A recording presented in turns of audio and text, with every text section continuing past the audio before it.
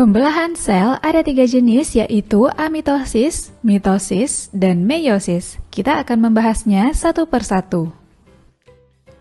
Pertama, amitosis. Amitosis adalah reproduksi sel di mana sel membelah diri secara langsung tanpa melalui tahap-tahap pembelahan sel.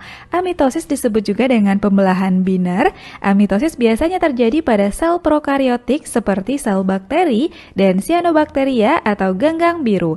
Pembelahan sel ini dimulai ketika kromosom melekat pada membran plasma. Kemudian DNA akan mereplikasi kromosom tersebut. Pada saat sel siap membelah, kromosom dan kromosom hasil salinannya tetap melekat pada membran plasma. Selanjutnya terbentuk membran plasma yang menekuk ke dalam memisahkan kedua kromosom tersebut dan terbentuklah 2 sel anak. Pembelahan sel berikutnya, mitosis. Mitosis adalah cara reproduksi sel di mana sel membelah melalui tahap-tahap yang teratur. Mitosis memiliki ciri-ciri sebagai berikut: terjadi pada sel somatis atau tubuh, menghasilkan 2 sel anak yang memiliki genotip sama dengan induknya, berfungsi untuk pertumbuhan dan pergantian sel yang rusak. Mitosis merupakan bagian dari siklus sel. Siklus sel terdiri dari fase interfase dan fase mitosis. Pembelahan mitosis dibedakan menjadi 2, yaitu karyokinesis, yaitu proses pembelahan inti yang meliputi profase, metafase, anafase, telofase, dan sitokinesis, pembelahan sitoplasma menjadi 2 bagian yang terjadi pada fase interfase akhir. Fase interfase berlangsung paling lama, mencakup 90% dari siklus sel. Interfase terbagi menjadi fase G1, fase S, dan fase G2. Fase G1 merupakan fase pertumbuhan dan pembentukan protein dari organel sel. Fase S adalah fase penyalinan kromosom. Fase G2 adalah fase sel kembali tumbuh dan bersiap melakukan pembelahan. Berikutnya, kita akan membahas tahapan-tahapan mitosis mulai dari fase profase, prometafase, metafase, anafase, hingga telofase. Pada fase profase yang terjadi adalah benang kromatin memendek membentuk kromatid yang akan berpasangan menjadi kromosom.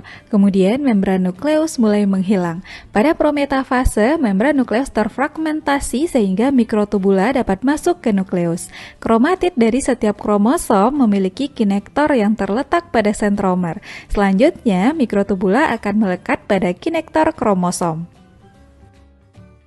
Saat metafase, mikrotubula terlihat jelas dan kromosom terletak pada daerah ekuator. Kromosom masih terdiri atas 2 kromatid yang terkait pada sentromer, dan setiap sentromer memiliki 2 kinektor yang masing-masing dikaitkan dengan mikrotubula.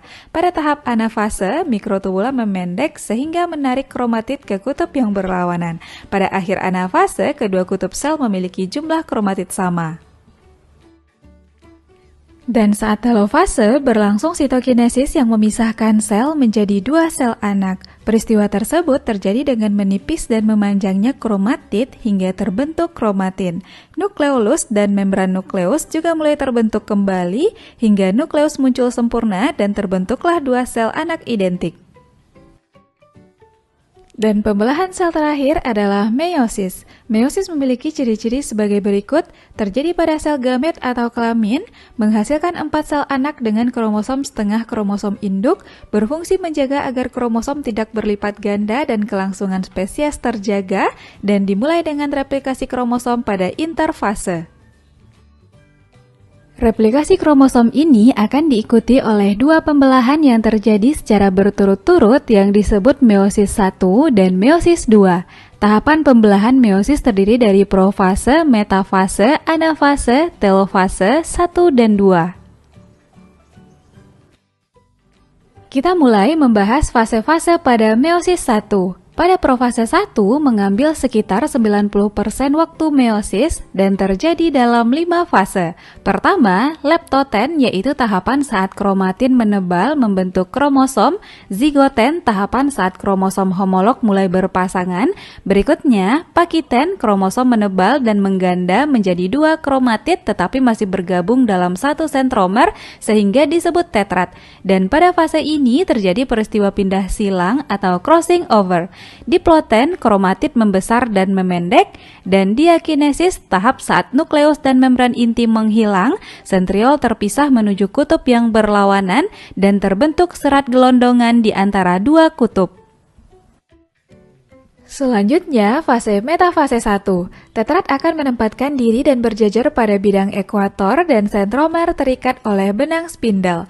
Tahap anafase 1, benang spindel memendek dan menarik belahan tetrat ke kutub sel berlawanan sehingga kromosom homolog terpisah, dan pada telofase 1, membran membentuk sekat sehingga terbentuk dua sel anakan yang haploid, tetapi kromosom masih mengandung dua sister kromatid yang masih terhubung di sentromer.